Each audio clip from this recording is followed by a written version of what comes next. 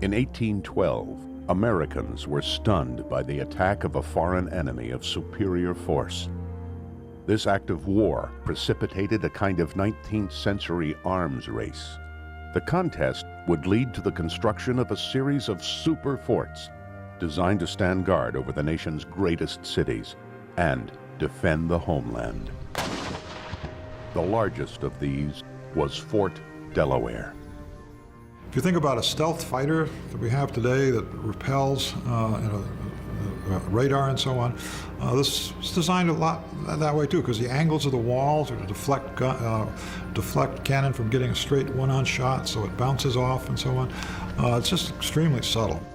In the end, this massive stone structure would serve not as an obstacle to foreign invasion, but as a makeshift city for thousands of Confederate prisoners during the Civil War.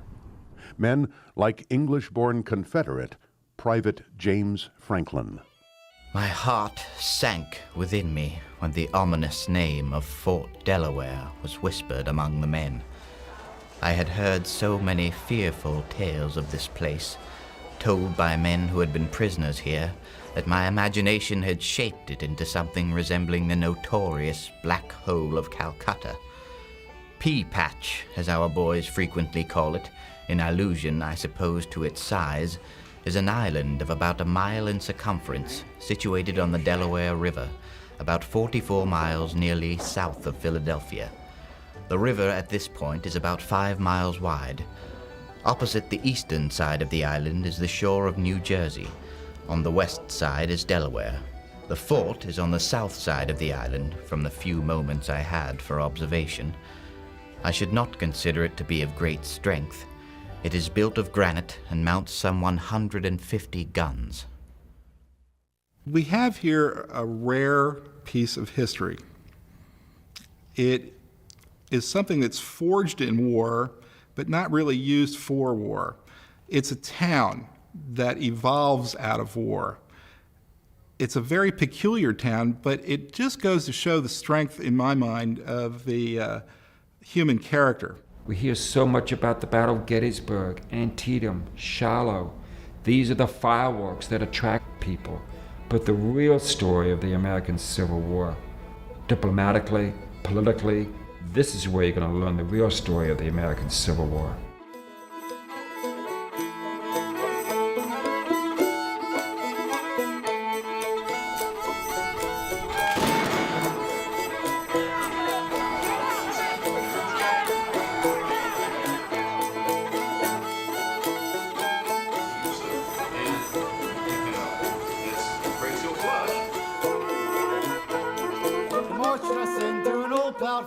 Yankees came, but we wouldn't yield. Shot real bad, and now let's reel out on Pea Patch Island. Waterbound, and I can't get home. Waterbound, and I can't get home. Waterbound, and I can't get home. Out on Pea Patch Island.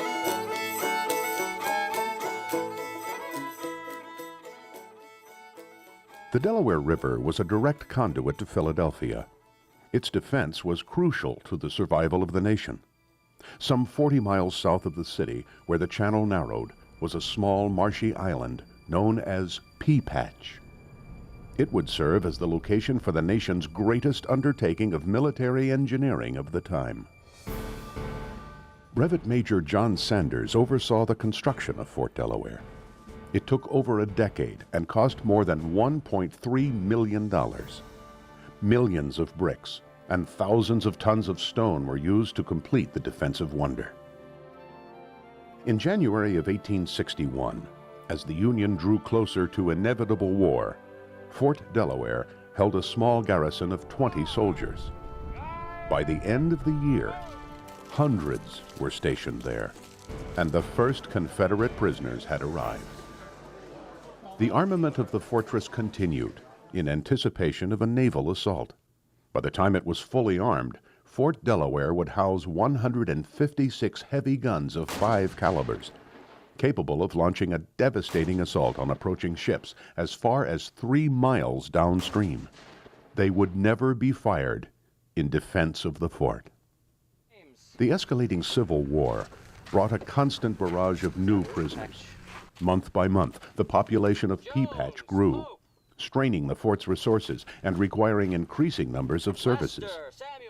During his confinement, Confederate prisoner and artist Max Neugus would meticulously record images of the daily life in this unique community, including the fort mascot, Bill the Cat.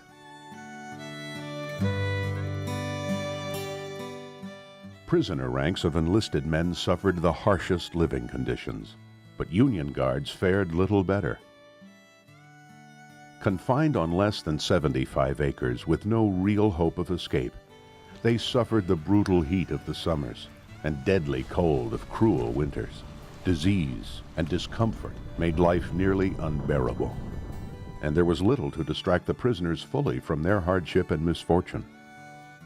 Residents of Pea Patch were separated from the rest of the state by a mile-wide stretch of the Delaware River, but nothing could stop news of events at Fort Delaware from reaching the mainland. Suffice to say, life at the fort was the talk of the town in Delaware City, and well beyond. Citizens were acutely aware of and involved in life on the island. Some petitioned for humanitarian aid to prisoners or guards, depending on their loyalties. Some of the personalities at the fort took on an almost celebrity status. Personalities like the Missouri Swamp Fox, General Jeff Thompson, and political prisoner Reverend Isaac Handy were well known amongst the locals. The same could be said for Union leaders like the charismatic General Alban Sheff. In what was now a well-established community on Pea Patch, men on both sides prayed for an end to the war. As the days and months dragged on, residents simply tried to persevere until the day that they could return home. The war ended in the spring of 1865. Within a short time, the last prisoners left the island, and the garrison was mustered out. Eventually abandoned, the fort would languish in disuse for decades.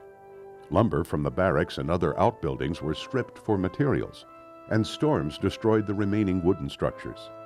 But the stone fortress itself, though never afforded a brave stand in battle, would prove to be indestructible nevertheless. The last soldiers were garrisoned on Pea Patch during World War II. A decade later, preservationists began working to maintain this historic structure. Today, their efforts continue for the benefit of generations to come.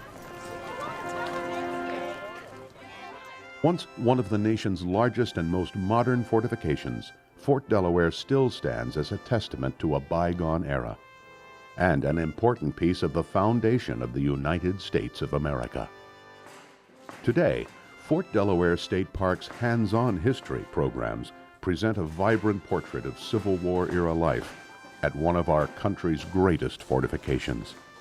Staff-led living history tours feature interpreters portraying characters that lived and worked here on Pea Patch Island. Self-guided tours around the restored officers' quarters and kitchens, through the authentic prisoners' barracks, and among the heavy guns on the ramparts allow visitors a glimpse into our nation's history. In addition to its permanent exhibits, Fort Delaware State Park hosts a variety of limited edition programs and seasonal activities. Stop by the Sutler's shop to purchase your tickets for today's programs.